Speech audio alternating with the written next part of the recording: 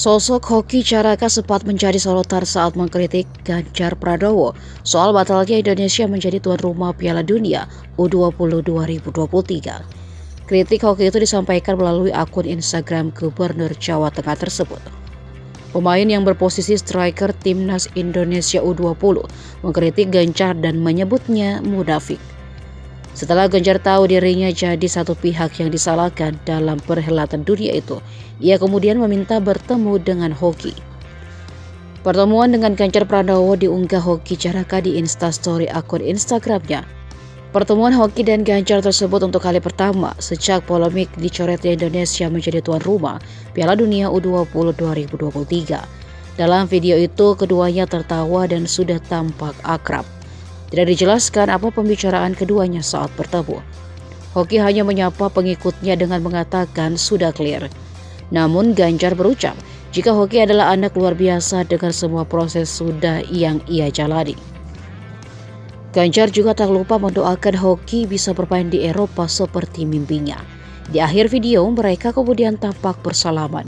Sebelumnya reaksi kekecewaan Hoki itu viral. Ia tidak menduga bahwa akan muncul sikap menolak kehadiran Israel di Piala Dunia U20 2023 dari mulut Ganjar Pranowo. Sejatinya pemain PSS Sleman itu sempat menganggap Ganjar Pranowo merupakan sosok yang baik.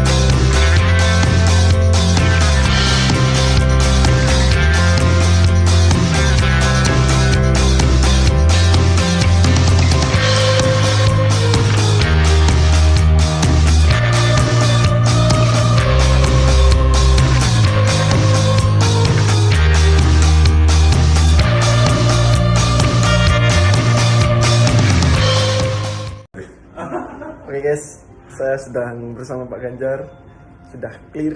Mana aja clear apa, gak apa-apa, kamu anak hebat kok ya. Iya Pak. Dia anak hebat, kita harus dukung. Siap, makasih Pak. Oke.